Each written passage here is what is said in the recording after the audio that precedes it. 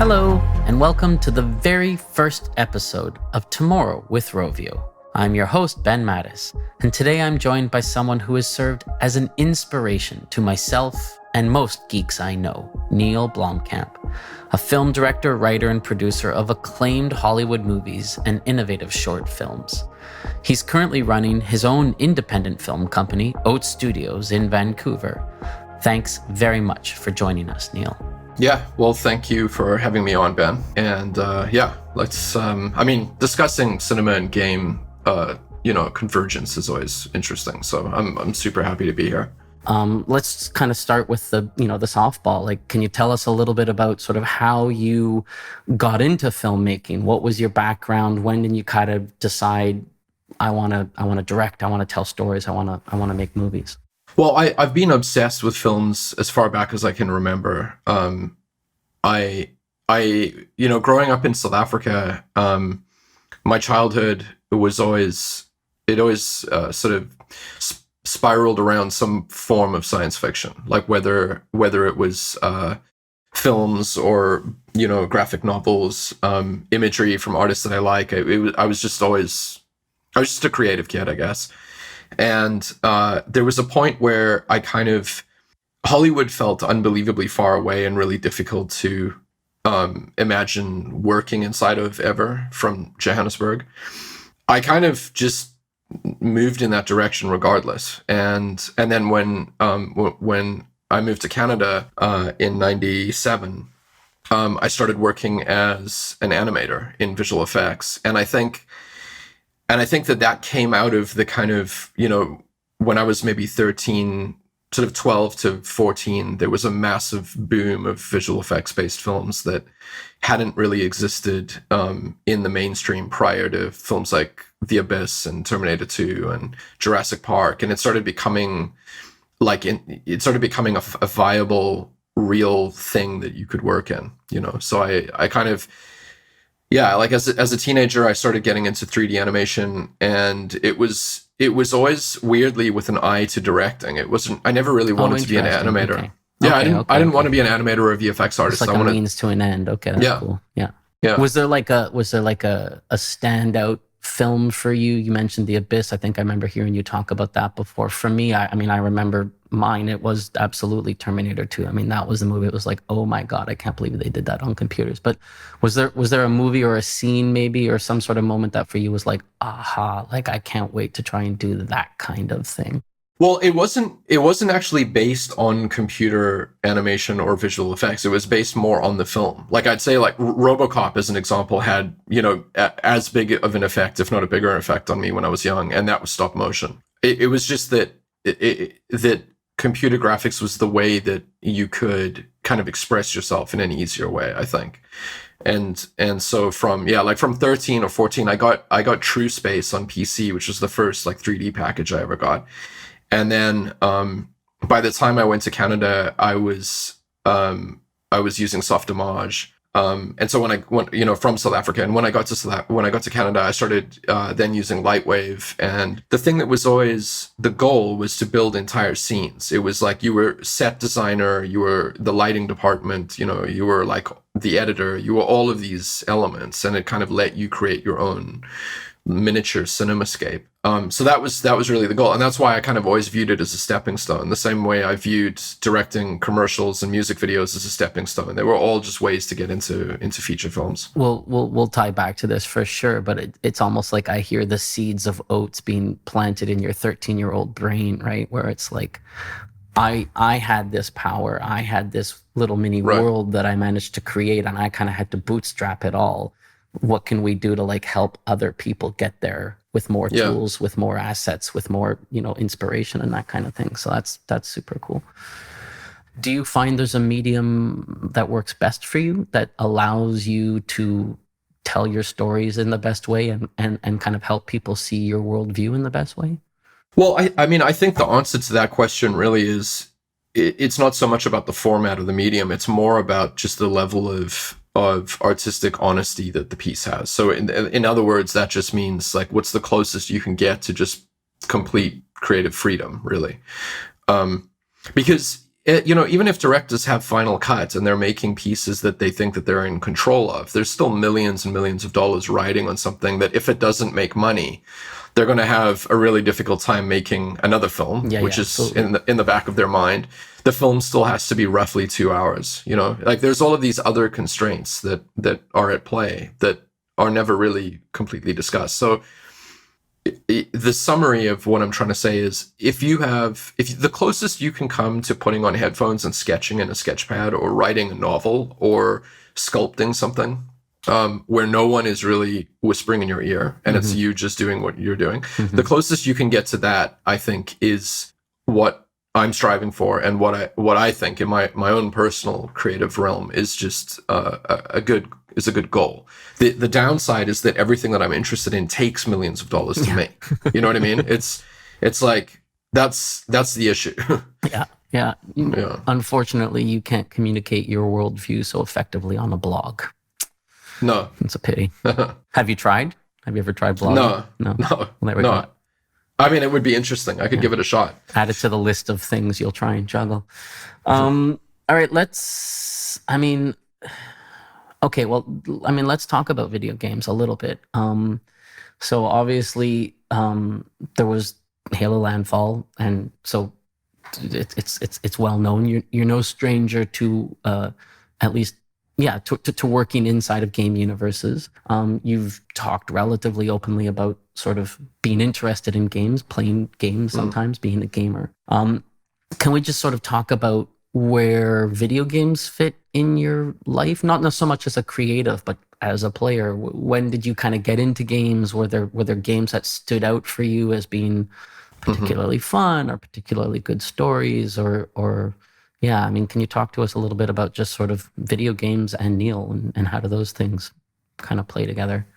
Sure. I mean, the interesting part of that is that there is the playing of the games and just being a consumer or someone who indulges in playing video games, and then there's a separate part to that, which is coming out of animation and visual effects. My favorite part of the process of VFX is the creation of environments and assets and characters, not necessarily animation and motion, but more of an immersive thing that you're building. And so at the point that I started directing commercials and music videos, it was like there was a moment where the thing that I really loved doing in VFX was building environments, and you can carry that over to building map levels, right? Or so there's a sort of tapestry to the way that games are made that I really respond to, and particularly games that have like a very well assembled kind of open world. Whether it's GTA 5 or something like anything that allows me to get into the three-dimensional space that has been created by lots of artists. It's highly interesting to me. I think it's why I'm really interested in Realtime as well. It's for the same reason. So sometimes those things are they're not really separate in my mind. I don't think that I really play games to unwind or something. Like at Oates for a couple of years, we went through like playing Counter-Strike every Friday evening, where everyone in the company was just like playing Counter-Strike.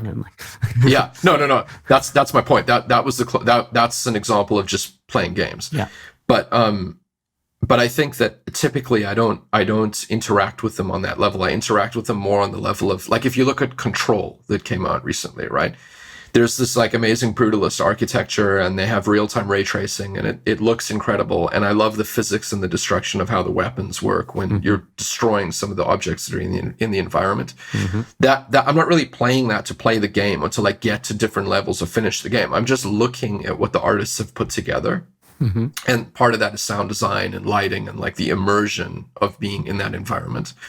So that's what I'm attracted to, I think. And I think when I was younger, it was like, I mean, at the same time as, if we're referencing Terminator 2 and Jurassic Park, it's like Doom was as influential on me, like Wolfenstein and Doom would be up there. And then that turns into Quake and Counter-Strike and Half-Life. And so it feels like I'm more in the realm of first-person shooters and kind of slightly more open world. I'm less into strategy games and things like Dota or Warcraft or stuff like that. It doesn't really. Yeah.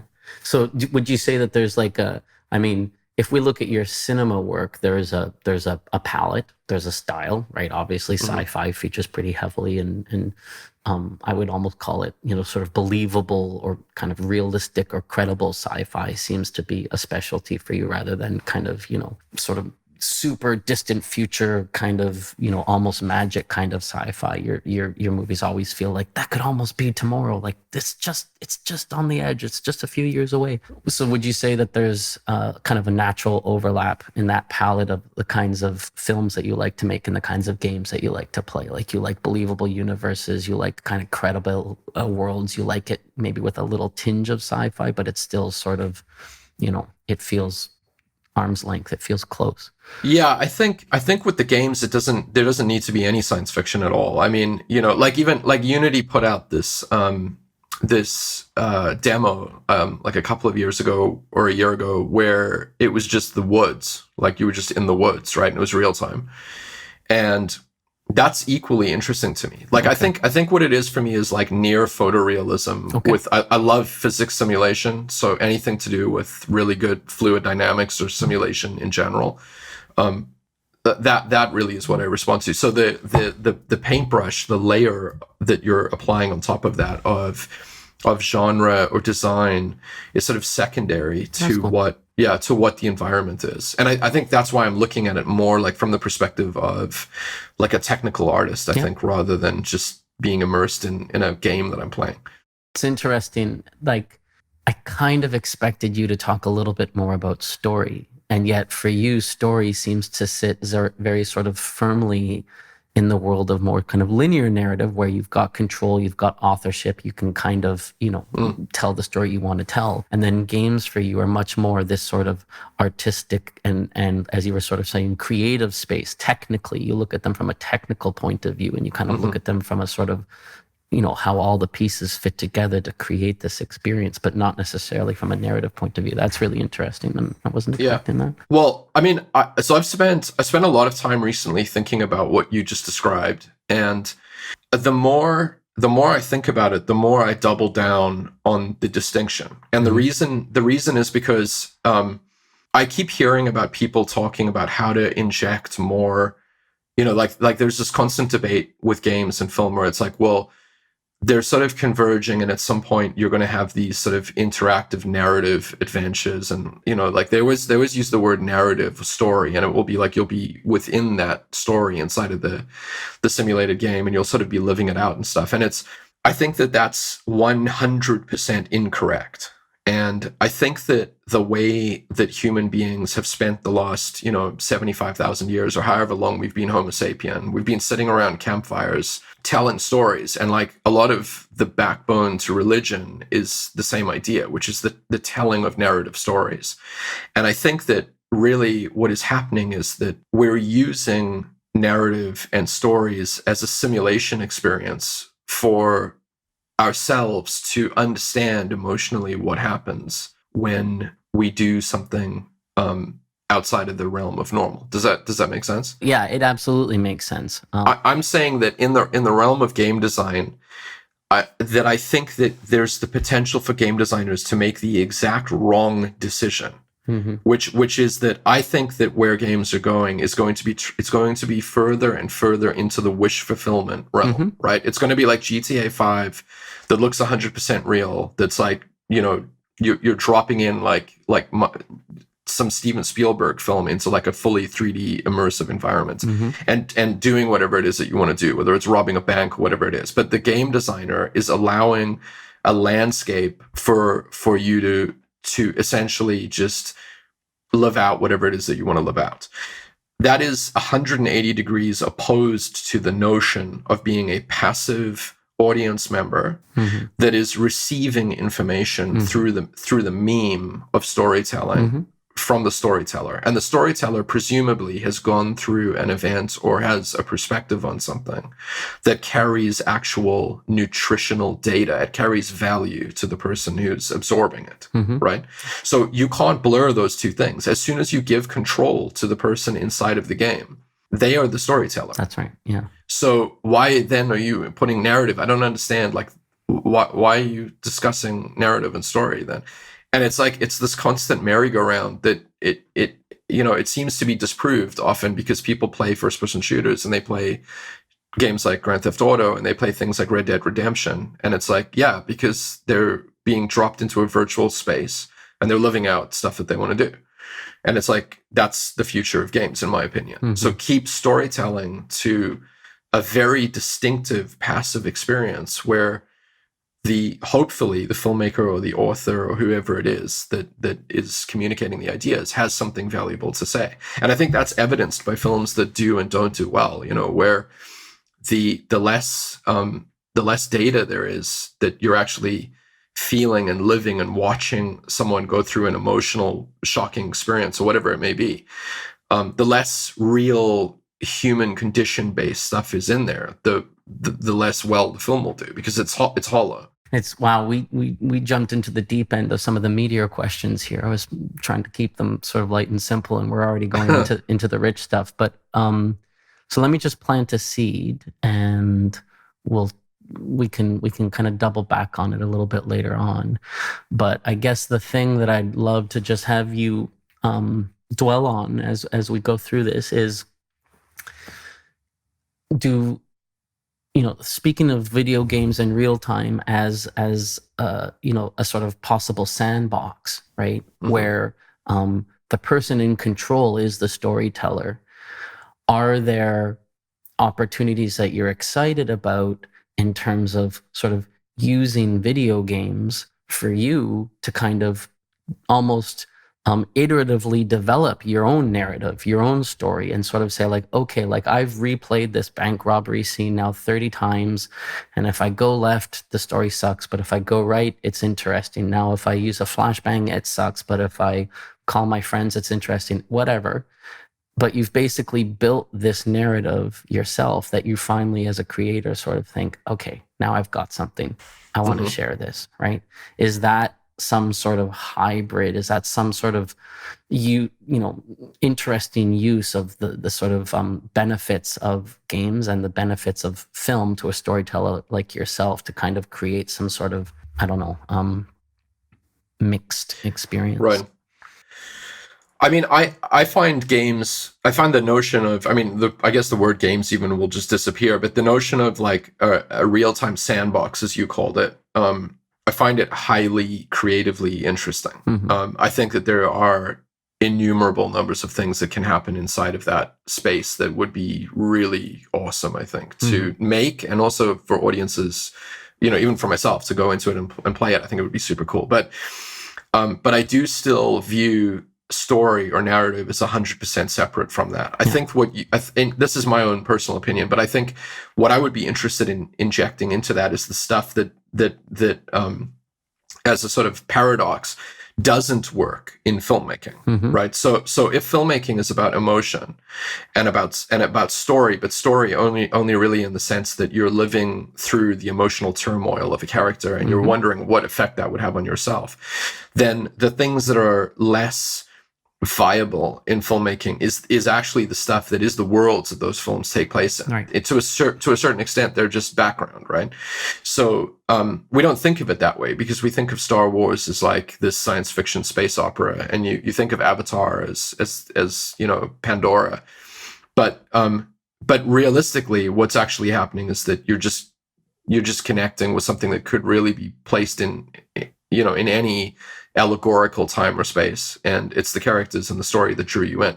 So I think that when you prioritize the world and you prioritize like the feeling and the sound design and the vibe of being in that place, that's where you can go to town. So it's like, and that's really cool. That's an amazing, and I think you're just going to see more and more of that kind of thing. Like, I think what is it now? Like the new game, Cyberpunk 2077, that looks like you're stepping into a form of, it's not Blade Runner, but it's like you're almost stepping into what Ridley Scott was doing in like 1982 in a sense, right? But it's completely, it's a place that you can like walk around and live and breathe inside of, you know?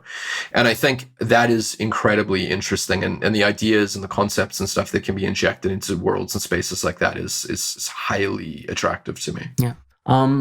Okay. So, I mean, I think I know the answer to this. Let's just throw it out there anyways.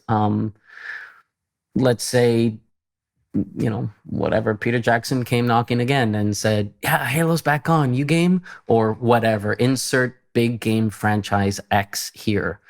And you didn't already have something on your plate, would you bite? It depends entirely on the game, I think, on and you know what I mean? Like, it just has to be something that you really resonate with. Weirdly, Halo's always, I've just always loved Halo. Sure. I don't know what, there's something so cool about that world. But my instinct is I probably would say no, though. And it really just stems from the place that the older I get, the more working on existing. I mean, I went through this with Alien, right? Like Alien, and to a lesser degree on RoboCop, this happened to me where it's like you're dealing with IP that's out of your control. Yeah. And like, I spent a long time working on Alien, and the rug got pulled out from underneath that film. Yeah. And it's like, it's not really about how cool like Halo being super cool. It's not about that. It's about the fact that at any point they can just shut the movie down, which happened to me on Halo. Yeah. I mean, I've gone through this process like a couple of times now. Like, I think I'm just not interested in going through that process again. Yeah. And that kind of, it taints the ability to get back into something that would be a game-based film. So it doesn't mean that I don't love the concepts. It just, is it the politics. games, or is it big IPs with lots of stakeholders and lots of baggage and luggage, maybe, you know, like RoboCop? Yeah, RoboCop actually was fine. RoboCop was good, but Alien definitely got shut down. Yeah. Okay.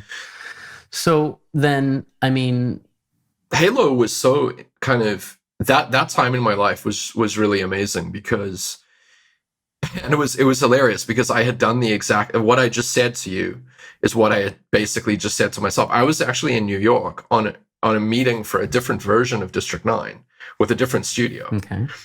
And I got this call where it was my agent saying that I could go down to New Zealand and meet Peter Jackson and meet Weta, and they wanted to talk to me about doing Halo. And I had literally just given myself this like lecture about how following this, no, but not that. It wasn't that IP. It was just like, don't do anything that you're not gonna, be true. Yeah. And so I went down, and I was like, within 15 minutes, I was like, obviously, this is what I'm doing. Of course. Yeah. I mean, I just have to geek out for a second, but like Peter Jackson, New Zealand, Weta, bucket list 1, 2, 3 for like every nerd worth their salt in the world, right? So I don't think anyone blames you for that one, right? It doesn't really matter what I'm doing. If I get a phone call, I'm on the next plane to go to New Zealand and meet Peter Jackson and see what exactly. like it's happening, right? That's really cool. Okay, so here we go, Neill. I'm building a video game, and Neill, I would love you to come work on this video game. You can define your role. You can do this is hypothetical, obviously. You can do anything on this game that you want. And we have backing because it's, again, hypothetically Rovio, and like we got money, and it's going to be awesome, and it's going to be huge. You can define your role. You want in? And if so, what's your role? Oh yeah, no, for sure. I definitely want in, and I think my role would be the same as directing. Okay. So I think the key would be to have a really good team that's experienced, that understands exactly how to make games in whichever genre that you're working in, and then from a creative perspective, it's kind of like, I guess it's similar to the Hauser brothers, right, at Rockstar, where it's like a really good team is assembling something that there is a steward of that project that is in control of the creative vision of it. That's what I would be interested in doing. That's cool. I've worked with many creative directors in my life. One in particular, maybe he'll be listening to this. Eric, if you're there, hi, hope you're well. He would often talk and reference you as a sort of example of someone who he felt probably had a pretty strong vision and pretty strong, not so much control, but ability to communicate that vision to a cast of sort of diverse contributors in order to kind of row the boat in the same direction, right?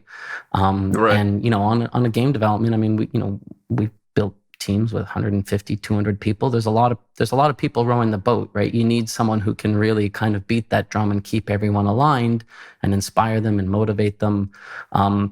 And a strong creative visionary who can explain what they're looking for and help people kind of buy into that it's needed, man. That role absolutely exists in games. So, yeah, can't wait to play your first game. Yeah, I wonder if that'll ever happen. Yeah, me too. But I think film directors tend to the way that the industry has, I guess, over 100 years sort of coalesced is that there is this more dictatorial way that films are made. But games seem to be a lot more flat, right? It's a much more of an egalitarian system where, I mean, this is what I gather, right? But it seems less common that there are single creative voices that are very loud, and much more of like a community-based system that builds the game. So I don't know. Yeah, I mean, there's all sorts, right? I mean, obviously, not unlike film, as the budget goes up, you're going to have more stakeholders. You're going to have more people, with a voice, and you're going to have more conflicting views and more need to have someone or someones capable of kind of cutting through the noise and keeping people on track. Big games have creative directors. A creative director might not be the same kind of, whatever, like exact parallel to a film director. But there is certainly some commonality, certainly some point there that is shared. Yeah. And cool. You have games where it's, there is no director, where it's 5, 10, 20 people and everyone kind of has equal say. And it's much more of a sort of communal, wisdom of the crowds kind of thing. And they all work. But I've never seen a $100 million game where it was like, a democracy and like, let's all vote on what we should do. It doesn't generally happen. Interesting. Okay. Yeah, I'd like to learn more about how the process works and how games are made. And just, for sure. Yeah. Well, so games and cinema, we talked a little bit about sort of games as sandboxes, cinema as a vehicle for storytelling and characters and people, games maybe more for environments. And we touched upon this a little bit, but I'd love to hear whether you have any more thoughts about quote unquote capital C convergence, right? Fast forward 5-10 years, you said you think the word games is going to go away. What will gamers look like in 10 years, and what will, I don't know, cinema goers look like in 10 years? What are they going to be experiencing, do you think? Are we going to see convergence there of any sort of description, or do you think we'll continue to really have two very distinct art forms? Well, I think that on the game side of that discussion, that is the side which is constantly morphing and shifting and changing, right? And accelerating in how quickly it's changing. So the difference, I think, will be measured on the side that is the game part. I think that films are, and this goes back to what I was saying earlier about why I think films and books exist, and why plays exist, which is conveying story to a passive audience. I don't see as much change at all in the architecture of films over the next while. Right. I think that there'll be progressions in the technology that we use to make films, and I think that there'll be technology usage that comes from games in the making of films. But I think that 5 years, 10 years, 15 years, 20 years from now, you'll still sit down and watch something that will be a passive experience, and you will hopefully either learn something emotionally or look through the director or the filmmaker's eyes as an audience member and see a character evolve emotionally. Mm-hmm. But I don't think that I don't think that there's going to be a fundamental architectural change to that. So no to holodeck, but yes to, virtual production. Yeah, I think the holodeck discussion is more again on the gaming side. I think that's where all of the really interesting stuff is happening, and I think that that's why, I've often thought that films in the 21st century will kind of become like books and novels did in the 20th century. It's like books completely exist, novels exist, people read them, but they're not. They don't hold the same level of societal sort of cachet Mm-hmm. as it, if you speak to a 20-year-old now, it's like it's games and TikTok and like to a lesser extent kind of Netflix and Amazon, and then to an even lesser extent like films that you may see in a theater, and then to an even lesser extent books. And I think that films will kind of end up on shelves in the same way, where it's like you may watch a film, and get a book off the shelf, but ultimately you're in the holodeck that you're describing as the primary 21st century mode of sort of either interacting or playing or leisure time or whatever you want to call it. So I think everyone knows like you're going to see radical changes and acceleration on the game side, and that's why it's not really Silicon Valley, but the kind of the Silicon Valley-ishness of the games industry, I think, is where everybody knows that there's rapid acceleration and growth and change and like dynamism. And cinema is just sort of locked. Like cinema is just kind of what it is. And it even has problems as well. Like if you look at COVID and you look at theaters disappearing, and you the only things really that seem to have a business model that's viable at the moment is things like Netflix and Amazon and Apple and Disney. So I think the state of films is not really in a really great place, but it will stabilize.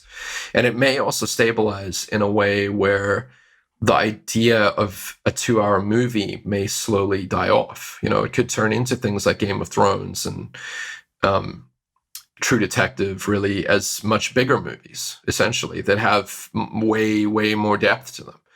And these kind of 2-hour bite-sized chunks, a lot of things that we think are static, that we think have always been the way that they are often just the results of conforming creativity into the parameters that technology requires them to be, So I mean, it's really interesting. You talk about television shows. I mean, all this time we've been talking about movies like as if they're that's linear media. But of course, the last 5, whatever it is, 10, maybe even 15 years, I would say have been the rise of really, really fantastic television.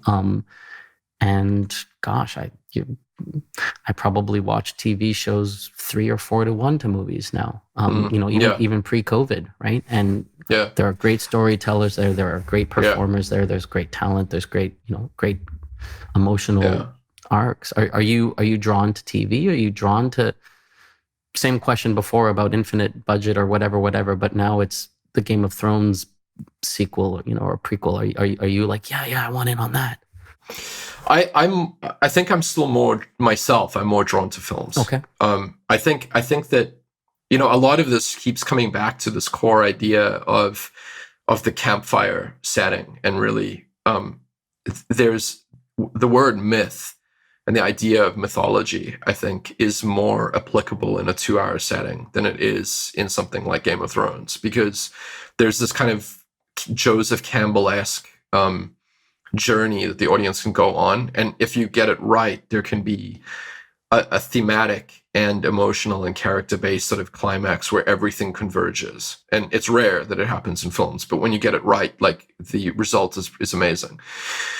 And even though you get much more character depth and you get a ton of other benefits in something like True Detective, it doesn't exactly work in the same sort of brainwave way that a very expertly assembled feature film works in. So, but they're both equally cool. And I also think that over time, like when you said in future would people be using the word games, I actually am not sure about the word for films or TV. Mm-hmm. I think that will just be some sort of blurred word that will mean passive viewing experience of media of any length. This is the thing that I was really curious about with Oates. Like if we can actually eventually figure out how to sell our crazy shit somehow.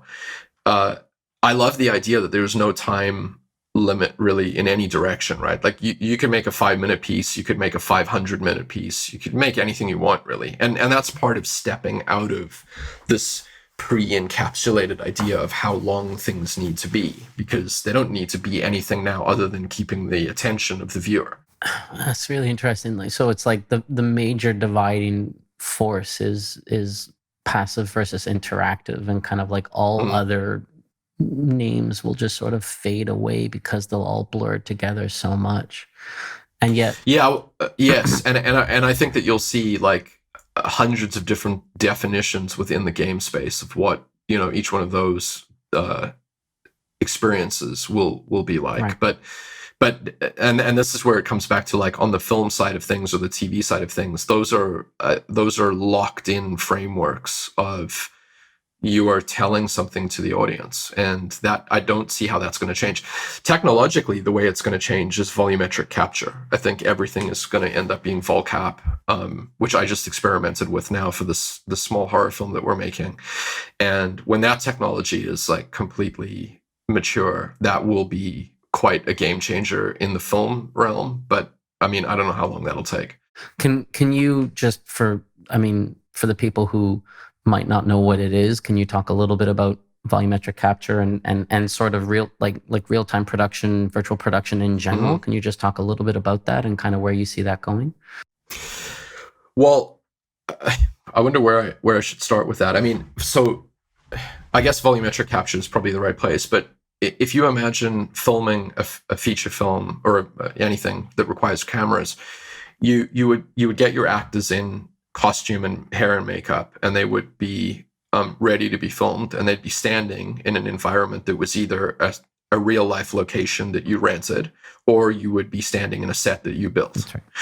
And you would set up your cameras, you'd go through the scenes you're going to film, and then, you know, rehearse them with the actors, and then roll cameras, and then later you edit that footage together. You're obviously locked in completely into the cameras that you selected on the day, and several months later, when you're editing, the choices you made on the day are the choices you made on the day. Mm-hmm. The next step up from that is computer graphics that everyone is used to, where if you look at something like District 9, the aliens are clearly not real, so you need to have computer generated aliens that are in place. And movies use, the most common practice for doing this that movies use is a process called motion capture. Yeah. So this assumes that the creatures that you're capturing, or humans, or whatever they are, that you want the audience to view, would be kind of bipedal. And so because they're bipedal, you can use a human to capture them. So you put people in a bodysuit that has these points that represent where the joints and the limbs move, and then you capture that data. Then later, you have a team of visual effects artists that would build the creature or the robot or whatever it is that the motion that you gathered from your human actor would drive, right? So now your Terminator 2 style T100 or T800 is walking around looking and moving like a human, but in reality, it's a guy that was wearing a motion capture suit earlier on. So this really crazy step forward is this process called volumetric capture, where you would bring an actor into an environment that is similar to a motion capture environment. So it's a totally synthetic soundstage that has, I mean, what we just did now had 240 cameras, and it probably would be a lot more in future, but the whole environment is just caked in like a dome of cameras. And then now this is where it's different from motion capture. Instead of wearing your gray Lycra motion capture suit with a couple of dots on it, your actors are coming in complete final hair and makeup. So you're essentially doing live action capture, yeah, like you would be doing, you know, on your set or in your rented location. You're doing that, but you're gathering them as holographic 3-dimensional video.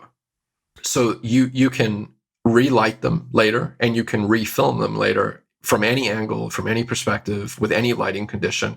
And you can also put them into any environment that you want later. So obviously that opens up things like a ton. And if you're putting them into computer generated environments, you have all of that flexibility as well. But but the problem is that the tech isn't really, the resolution is like nowhere near, feature film And quality. I'm sure it's still just ridiculous, like terabytes and terabytes and terabytes of data. Like it must be huge. Yeah. Yeah. I mean, it's funny. It reminds me of VFX in the early 90s. Is what it feels like to me, because it's like no one's really set up to be able to deal with it. There was a studio in LA that we were going to be using, Metastage, and COVID kind of ruined that for our weird small experimental horror film that we're doing. And so we built a setup here with in Vancouver with Tobias Chen, who has a company that does volumetric camera systems here. And so, and we ended up having to supplement all of the computers that he was using just to pull the data off the cameras. Like we literally dropped off 30 computers to just be able to like download it so that we would be able to shoot the next morning. And yeah, it was, I think our first day of photography was 12 terabytes. Yeah. So it's like, 12,000 gigs downloading. It's like, okay, that's a lot. And then you need a really fat pipe for that. You have to wait more than overnight for that one to download. Yeah. Yeah. And then you also have to, that's unprocessed, right? So now you have to go through the process of 3-dimensionalizing what all of those camera angles are seeing and letting computers just crunch that down. So it feels very, very nascent and early, but it's going to eventually replace the camera. Okay. It's just cameras will the single camera will go away. Well, so let's just take that logical extension, right? So again, let's say 10 years. So internet is faster. Everyone has terabytes in their thumb drives, whatever it is. So data processing speeds and data storage have improved significantly. Will Terminator 12 be built in Unreal? Is Unreal or Unity, are they the future of tentpole Hollywood, big budget action, cinema? Yeah, for sure. I think that the idea of, and it's really interesting to watch it because real-time graphics now are sort of approaching borderline photorealism that you were seeing, a decade or so ago, maybe 15 years ago, in scanline rendering. So your old school shitty hour-long frames that you would get are now rivaled by something that's calculating like the same amount 48 times a second or 60 times a second. So the amount of what that means, just on every level, really. Like if you want to reformat something later, if you want the audience to be able to, in the behind the scenes, like walk through environments or look around, it's going to really, really be cool. But again, and this is where I think people get it wrong, I don't think that that's going to be applicable in, it's either a film or a game. Yeah. It's funny, take your favorite shot from any movie that you've ever made, and that shot, you were saying earlier, like it's baked, right? It was baked in District 9, it was baked whatever 10 years ago. I don't even know when you filmed that, but that shot was baked the day you positioned that camera and said, rolling. And so I imagine you as a creator might kind of like to have the possibility. Imagine District 9 had all been filmed with volumetric, right? You might kind of like to have the ability to go back and kind of like release a remixed version where the cameras weren't quite so locked and you could have explored slightly different angles or slightly different, whatever movements, and maybe the characters reacted in slightly different ways. That's sort of like remixing or iterating on your past vision probably has some appeal to you, or maybe once it's in the box it's done, but I can imagine there are some creators for whom it has some appeal. But what I can also tell you that is that me, as a completely uninformed but sort of inspired consumer, I would love to go in and remix that stuff, but I don't mean like learn to use whatever, like Adobe Premiere, and like learn to use Max or Maya, and like learn how to model and learn how to light and learn how to do the effects and all of that sort of stuff. It's beyond me. I don't have the time. But I can imagine a world where I could kind of go back and take a couple of minutes of, let's say, District 9, and because everything was remixable, sort of say, and what if the camera was over here? Oh yeah, yeah, that's cool. And what if the character moved like this instead of that? Pull some library of baked animations somewhere that were in the mocap library and sort of say, yeah, let's have him react like this instead of this. Yeah, yeah, that's cool. Okay, publish. Hey, Neill, what do you think of this? Look, I remixed your scene. Is this cool? Validate me, validate me. Do you see some sort of, like, was that kind of thing anywhere in Oats? Like that kind of idea of like, take our vision and play with it and remix it and make it your own? Is that appealing to you as a storyteller? It is. I mean, there's several different elements to your question or statement, but I think if I speak about myself personally as a director, I think I'm a lot less interested in revisiting something later. But that's me personally, right? Like maybe other directors would be into that, but if District 9 existed volumetrically and you could go back and reset up camera angles, the value for me is in the process of making the film. And it means that at 7:40 p.m. when you're losing sunlight and you couldn't quite get a shot the way that you wanted it to look, you now have the option of always getting the shots to always look the way that you want them to look. But it goes back to what I was saying at the beginning of the interview, where I firmly kind of stand by the idea that art should be as intuitive as possible. It should come from an emotional kind of burst. And I think when you make that film, it's like the expression of making it. That's what you're saying. And that's where you were in your life at that point. Yeah. And it's like, that's what you should make. But having said that, once all of that remixable data exists, it would be incredible to have the ability for anyone who's interested to be able to take that information and remix their own version, like whether it's film school students or like what I would have been doing when I was 16. Like I mean, I can't even imagine how insane it would have been to get my hands on like a Jurassic Park, matte painting with, like who knows? So, and we did do that with Oats. Like we gave away the 3D assets and stuff, as a kind of nod in that direction, because it does feel like decentralization of everything is sort of where human civilization is kind of naturally going. It's naturally heading in that direction.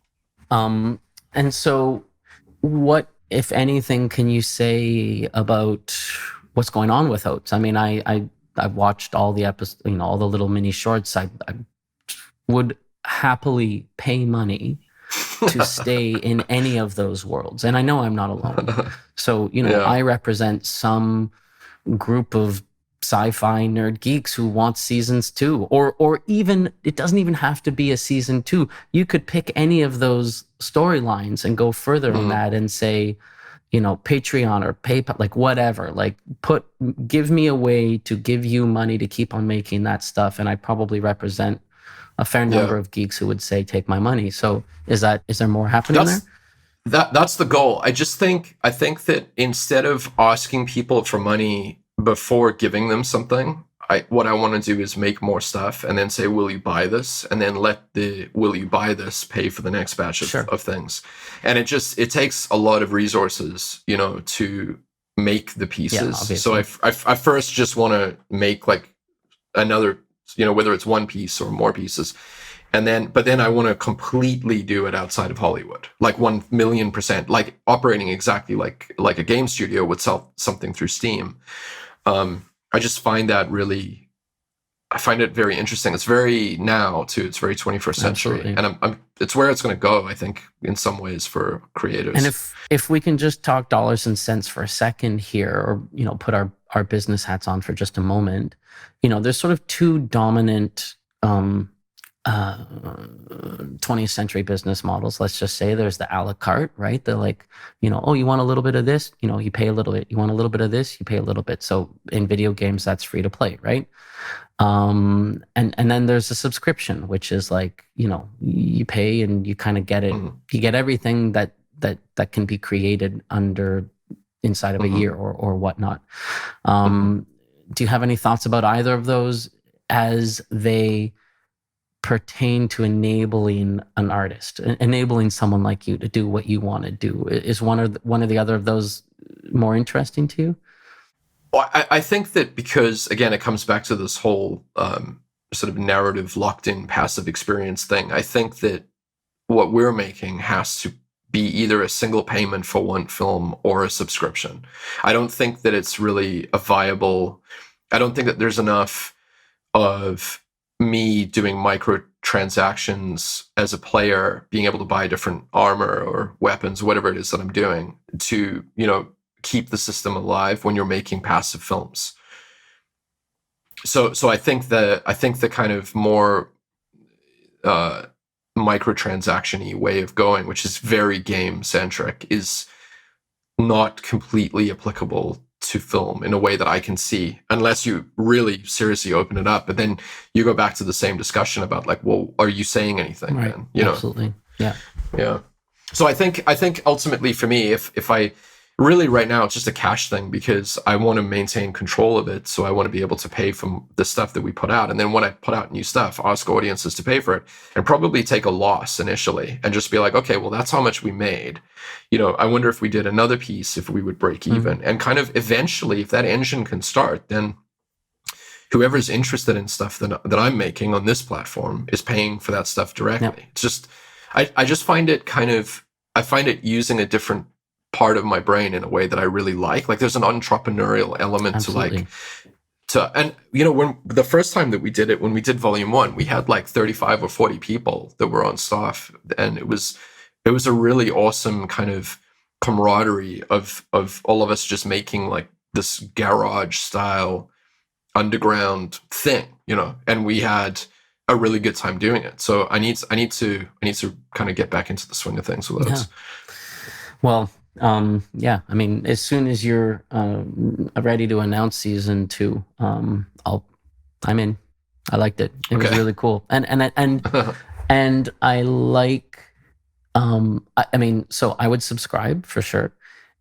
I like what you did with Oates. I would definitely subscribe or pay per film or whatnot. And I really like that you guys tried to give stuff beyond that passive experience, something that I can work with actively, even if, again, I'm not set up to do it. Yeah, it's like a very niche audience that needs to be, either filmmaking proficient or even visual effects proficient to kind of take advantage of it. But that's all we can offer, Yeah, and I guess I guess I just wonder if you were to continue to do Oates season 2, is that's still game, like that's you're still into that? Yeah. Oh, okay. No, 1,000,000%. Yeah. Okay. No, when I was talking earlier about just wanting to be a singular artist, it just means that that's my focus. It doesn't mean that the more we can give that stuff away, if anyone is interested, basically just give it up. Okay, well that's great, and I think it's awesome that you see the value in giving those assets to the sort of community to remix it. Did anything happen with Oates 1? Did anyone create a thing with material from Oates 1 that made you feel any sort of validation for the idea? Like, yes, it's working. Yeah, I mean, for sure. Like, in terms of feedback from the community, the problem is we just didn't keep going, because in order to keep going, we need more resources. And to get more resources, we have to kind of go into we have to go and get money that may just, I don't know, it may create more problems. Yeah. So, the only downside really is not keeping going. And it's like, so now I'm trying to put a plan together to figure out how to do that. I think, and I mean, this is like, I'm not coming at this from like any place of business, really. It's more of just being creative. And that's why if you're going to try something like that, you have to be willing to just lose money, and which is fine. I mean, that's okay. But it just takes a little bit of effort to make sure that you have enough to at least make good stuff. Cool. Awesome. Well, thank you, Ben. Yeah, thank you. And that's it for the first episode of Tomorrow with Rovio. Again, I'm your host, Ben Mattis, and I'd really like to thank you all for joining us. Now, if, like us, you're curious about the major themes that will shape the future of games and entertainment, Stay tuned for more episodes and awesome guests in the coming weeks and months. In the meantime, if you'd like to learn more about Rovio, you can reach out to us directly at podcast@rovio.com. And finally, shameless plug, we're hiring for a number of positions at Rovio across multiple studios. You can find out all about these open positions at rovio.com/careers. Once again, thank you very much, and I'll see you next time. Bye.